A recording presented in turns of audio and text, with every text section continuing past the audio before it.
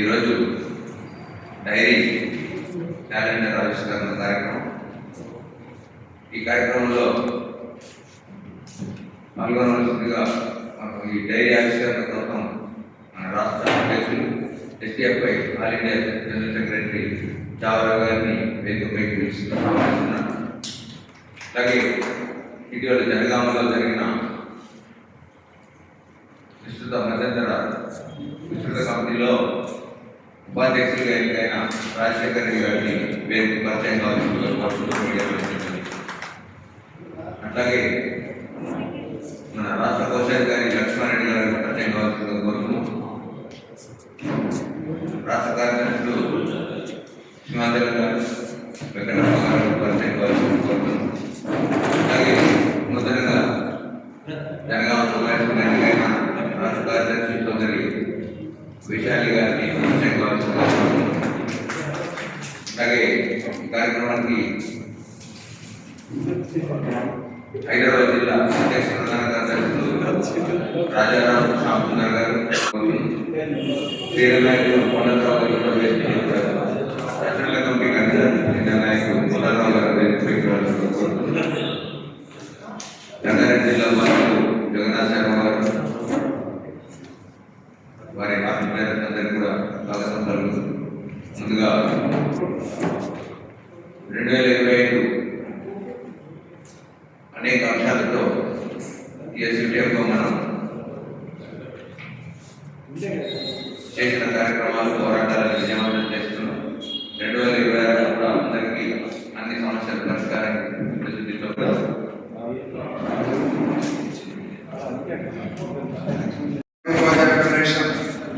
Dairy calendar అట్లాగే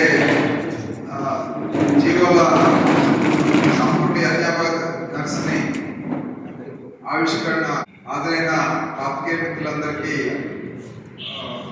నమస్కారం, అట్లాగే అభినందనలు. ఇప్పుడు మేము ఆ కార్యక్రమం నిర్వహించిన తర్వాత విషయాలు మాట్లాడుతాం. సార్ మీరు కూడా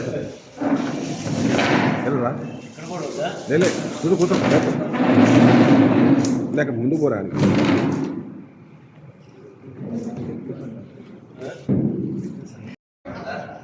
సార్ ఓకేనా? సార్ తెలంగాణ రాష్ట్ర ఉపాధ్యాయ ఫెడరేషన్, తెలంగాణ రాష్ట్ర ఉపాధ్యాయ ఫెడరేషన్. సార్ కాపాడుతున్నాం ప్రభుత్వ విద్యా రంగాన్ని, ప్రభుత్వ విద్యా రంగాన్ని పరిష్కరిస్తున్నాం. సమస్యలన్నింటినీ నూతన విద్యా సంవత్సరంలో సమస్యలన్నింటినీ నూతన విద్యా సంవత్సరంలో సార్ కొద్దిగా జిందాబాద్ జిందాబాద్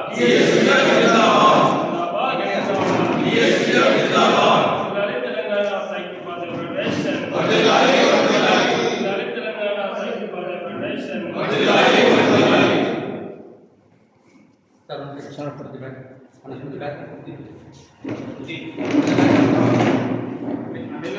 ఆయన నిలబెట్టే మంచిగా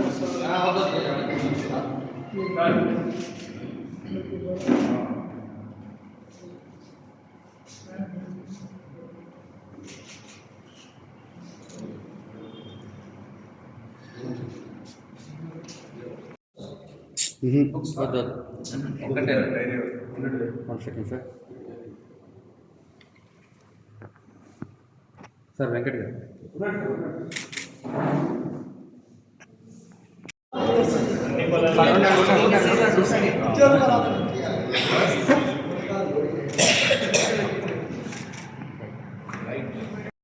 2026 ఈ రోజు నుంచి మొదలైనటువంటి సందర్భంలో సమస్యలు చూసుకున్నట్టయితే విద్యారంగంలో కానీ ఉపాధ్యాయ ఉద్యోగ వర్గాల సమస్యలు కానీ యథాతథంగా ఉన్నాయి.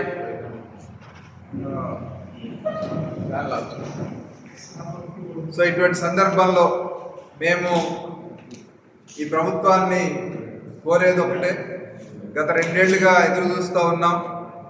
రష్యన్ ఆర్డర్ 2018కి అనుగుణంగా తెలంగాణ రాష్ట్రంలో ఉపాధ్యాయుల సర్వీస్ రూల్స్ రూపొందించి ఖాళీగా ఉన్న DEO, deputy DEO, DIET lecture, BEd college lecturer, MEO తదితర ప్రమోషన్లన్నింటినీ కూడా పోస్టులన్నింటినీ భర్తీ చేయాలనేటువంటిది మేము ఈరోజు ప్రభుత్వాన్ని కోరుతూ ఉన్నాం.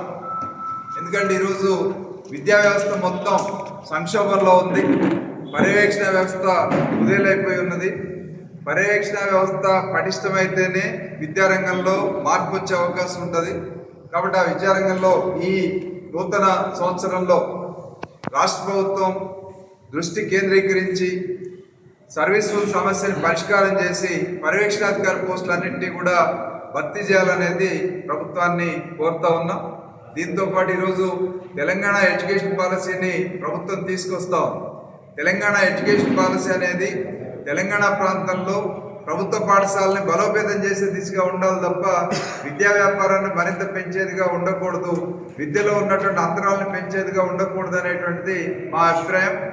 మరి ఈరోజు తెలంగాణ విద్యా పాలసీ రూపొందించడంలో క్షేత్రస్థాయిలో పనిచేసినటువంటి ఉపాధ్యాయుల్ని, ప్రధానోపాధ్యాయుల్ని, విద్యార్థుల్ని, తల్లిదండ్రుల్ని, ఉపాధ్యాయ సంఘాలని భాగస్వాములు చేస్తే సరైనటువంటి వేదిక వస్తుంది తప్ప ఎన్జిఓలనో లేకపోతే కొంతమంది కార్పొరేట్ ప్రతినిధులతోనో సమావేశాలు పెట్టినంత వల్ల ఉపయోగం లేదని మేము అభిప్రాయపడుతూ ఉన్నాం.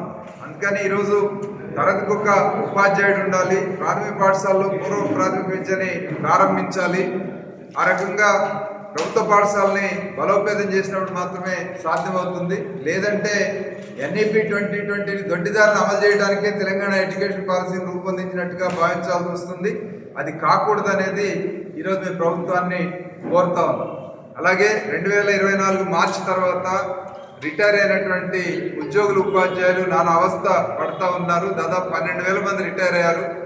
వీళ్ళకి సంబంధించినటువంటి పేమెంట్స్ అన్నీ కూడా నిలిచిపోయి ఉన్నాయి. మరి పేమెంట్స్ అన్నీ కూడా ఇమీడియట్గా ఇవ్వాలని చెప్పేసి కూడా ఈరోజు రాష్ట్ర ప్రభుత్వాన్ని దానికి అవసరమైనటువంటి చర్యలు తీసుకోవాలని కోరుతా ఉన్నాం. అది కూడా నెలకి 700 కోట్లు ఇచ్చినందువల్ల ఏమాత్రం ఉపయోగం లేదు.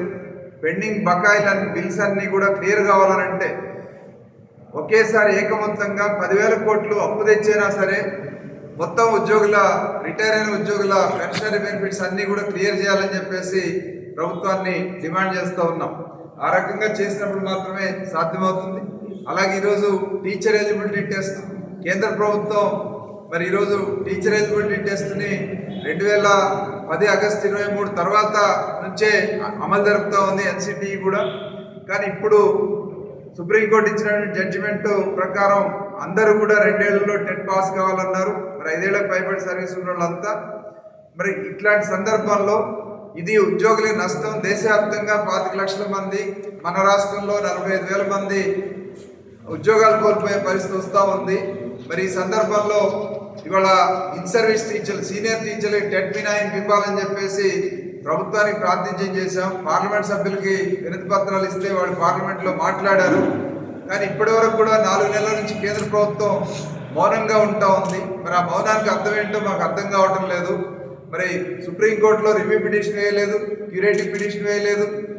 కనీసం పార్లమెంట్లో చట్టాన్ని సవరిస్తాము లేదా సీనియర్ టీచర్లు ఎవరు ఉద్యోగం కోల్పోకుండా చూస్తామనేటువంటి భరోసాని కూడా ఇప్పటివరకు కేంద్ర ప్రభుత్వం ఇవ్వనటువంటి సందర్భంలో మరి ఈ విషయాల మీద మరి మేము పోరాటానికి సిద్ధపడుతూ ఉన్నాం. ఇవాళ రాష్ట్ర ప్రభుత్వం టెట్ నిర్వహిస్తూ ఉంది. నిర్వహించేటువంటి టెట్కి మరి డిపార్ట్మెంటల్ పరీక్షలకు ఉన్నటువంటి ఆన్ డ్యూటీ సౌకర్యాన్ని ఈ ఉపాధ్యాయులు కూడా ఇవ్వాలని, 3 నుంచి 20 దాకా జరిగేటువంటి పరీక్షలకి ఆన్ డ్యూటీ ఇవ్వాలని చెప్పి కూడా ప్రభుత్వాన్ని కోరుతూ ఉన్నాం. అట్లాగే ఎన్సిటి కానీ కేంద్ర ప్రభుత్వం కానీ టెట్ సిలబస్ని మార్చాలని, క్వాలిఫైయింగ్ మార్క్స్ని తగ్గించాలని, అట్లాగే టెట్ని మినహాయింపు, సీనియర్ టీచర్ల మినహాయింపు ఇవ్వాలని, ఇటువంటి అంశాలన్నింటి మీద మరి 2026 సంవత్సరం పోరాటాల సంవత్సరంగా ఉండబోతుంది. రాష్ట్రంలోనూ కేంద్రంలోనూ పాలకులు అనుసరించేటువంటి ఉద్యోగ, ఉపాధ్యాయ వ్యతిరేక విధానాల మీద, విద్యారంగ వ్యతిరేక విధానాల మీద పోరాటానికి సిద్ధపడుతున్నాం అనేటువంటి విషయాన్ని మీ ద్వారా తెలియజేస్తాం. ఉపాధ్యాయ ఫెడరేషన్ రాష్ట్ర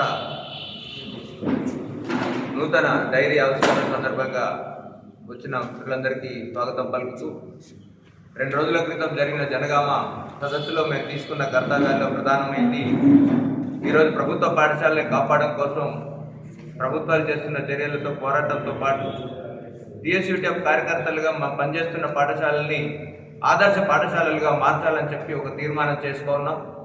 ఆ తీర్మానానికి అనుగుణంగా ఉపాధ్యాయులు పనితీరులో మెరుగుపరుచుకోవడం, సమాజాన్ని భాగస్వామ్యం చేయడం అనేది ఒక ప్రధాన కర్తవ్యంగా తీసుకోవడం జరిగింది. అట్లాగే ఈరోజు రాష్ట్ర ప్రభుత్వానికి ముఖ్యంగా రేపు జనవరి 3వ తారీఖు సావిత్రిబాయి ఫులే జయంతి. సావిత్రిబాయి ఫులే జయంతిని రాష్ట్ర ప్రభుత్వం మహిళా ఉపాధ్యాయ దినోత్సవంగా రాష్ట్ర పండుగగా జరపాలని చెప్పి అన్ని పాఠశాలలో నిర్వహించాలని చెప్పి ఇచ్చిన నిర్ణయాన్ని స్వాగతిస్తూ హర్షిస్తూ రాష్ట్ర ప్రభుత్వానికి ప్రత్యేకంగా ధన్యవాదాలు తెలుపుతా ఉన్నాం. 2011 నుంచి టీఎస్యూటీఎఫ్గా మేము ఈ రాష్ట్ర ప్రభుత్వాన్ని, కేంద్ర ప్రభుత్వాన్ని డిమాండ్ చేస్తూ ఉన్నాం. సావిత్రిబాయి ఫులే ఈరోజు చదువుల తల్లి. ఆ చదువుల తల్లి యొక్క మహిళా ఉపాధ్యాయురాలుగా ఆమె స్ఫూర్తితో దేశవ్యాప్తంగా జనవరి 3ను మహిళా ఉపాధ్యాయ దినోత్సవంగా జరపాలని చెప్పి గత 2011లోనే తీర్మానం చేసి కేంద్ర ప్రభుత్వానికి పంపాం. కానీ దేశంలో మొట్టమొదటిసారిగా మన తెలంగాణ రాష్ట్ర ప్రభుత్వం ఆ రకమైన చర్యలు తీసుకున్నందుకు రాష్ట్ర ప్రభుత్వానికి ప్రత్యేకంగా టీఎస్యూటీఎఫ్ పక్షాన కృతజ్ఞతలు తెలియజేస్తా ఉన్నాం. అట్లాగే ఉపాధ్యాయులకు కూడా చెప్తారు, మనం సావిత్రిబాయి ఫులే స్ఫూర్తితో ఆడపిల్లల చదువు పట్ల, ప్రభుత్వ పేద బడుగు బలహీన వర్గాల పిల్లల పట్ల శ్రద్ధ వహించేటట్టుగా పోరాటాలు నిర్వహిస్తామని చెప్పి ఈ సందర్భంగా మేము తెలియజేస్తాం.